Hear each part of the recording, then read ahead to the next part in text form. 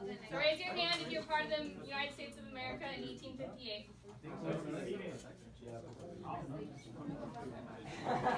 Guys, everyone's hand should be raised. Alright,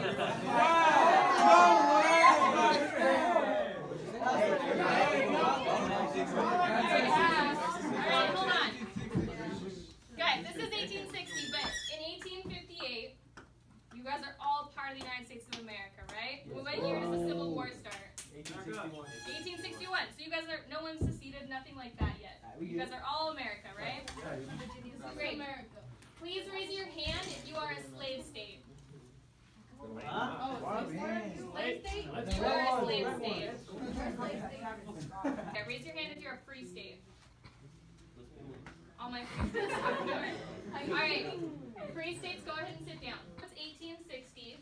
Abraham Lincoln was just elected president. He's a minority president. He only got 40% of the popular vote. The first state to secede.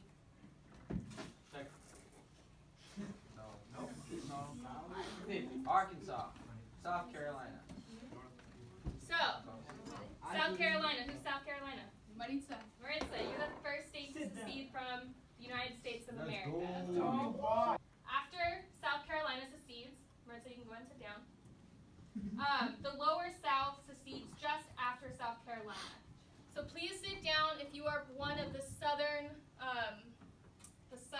states that secede. So it's here in the blue. Seceded before Fort Sumter.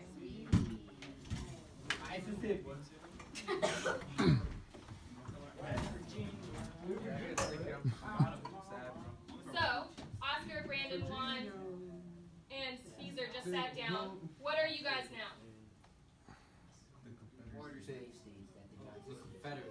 You guys are all part of the Confederacy now, right? So you are, along with Maritza, South Carolina, you are Confederates. So, fast forward to April 12th, Fort Sumter is attacked. So, do you guys remember learning about Fort Sumter earlier this week? Who won Fort Sumter? South. The Confederacy won. The South won this battle, right? So, the Confederacy rallies. They're really hyped up because they just won the first battle, right? And at the same time, the North and Lincoln decides to enlist 75,000 men towards this cause, okay? So, after this, a lot of the South see this as an aggression, like what Lincoln just did by enlisting all these men as an aggression by the North. So, the upper South decides to secede. So, if you are part of the pink states, they seceded after Fort Sumter, please sit down. Who's left standing? The border The border states, yeah. Can you guys name off which states you are? Maryland. Delaware. Now, there's 11 states over there that are the Confederacy, right? You guys are still the United States. You guys are still part of the North. You are ruled under Lincoln. You guys have a new president. You guys have elected Jefferson Davis as to be the president of the Confederacy, okay? Are the border states, are you guys slave states, or are you guys free states?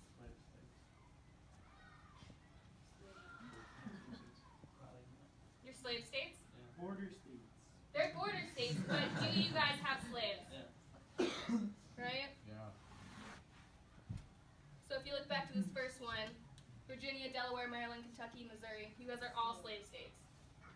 But you guys are the crucial border states at the same time. So, you guys are what's left standing, and both the North, the United States and Lincoln, they want you to be part of the North. But so does the Confederacy. They also want you to be part of the South. Why do you think you guys are so important?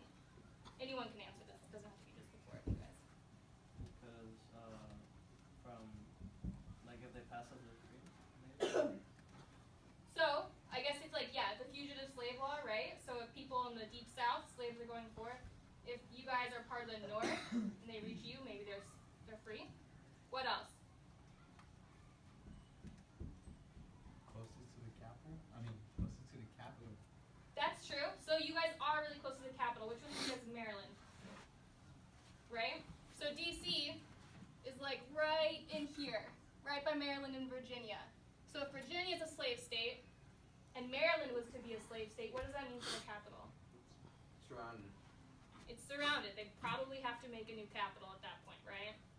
So that's super important. That's one reason Lincoln really needs them. What about the geography? Why is it important for where they're situated? The river. What? The Mississippi or no, the Missouri River. Yeah, exactly. Their geography, there's a lot of good like rivers right through like Kentucky. So one, those could be used by the South. They need these. They're also manufacturing in here. Like these are the awkward like middle states where they're not quite the North manufacturing, like that level, but they have a lot. The other thing is if you look at this map, I know we've seen this before, but look at the population between who's white and who's a slave in those border states. A lot less. There's a lot less, right? There's a lot more white people over the slaves in those border states.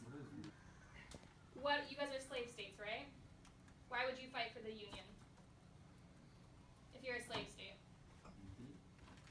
Like, wouldn't you want to be part of the Confederacy if you have slaves? Probably, right? But, does Lincoln say this war is going to be about slaves? No. No. He's very specific to say that he's not going to get rid of slavery because he needs these 4 states. Like, these are so crucial, which is why he doesn't outright ban slavery. Because if he did, at the very beginning of the war, you 4 would have gone to the Confederate side. Right? The Confederate states to stand up. And I want all the United States, northern states to sit down. So border states, where do you guys go? They sit down. Down. Oh, let's go. Sit back down. Sit down. No. So the border states decide to fight with the Union. You guys are now what is known as the Confederacy, right? So you guys fight for the Confederates, okay? All of you guys are still part of the United States of America and are what we refer to as the Union. Okay? So when we read about the Union and the Confederacy, like this is what we're talking about here, okay? Does that help clear things up? I had a lot of questions yesterday about like what secession means in the Union and the South. Okay? Now, you guys are done with this activity. If we can move all the chairs and tables back, I'm going to have you do a quick write-up about what we just talked about.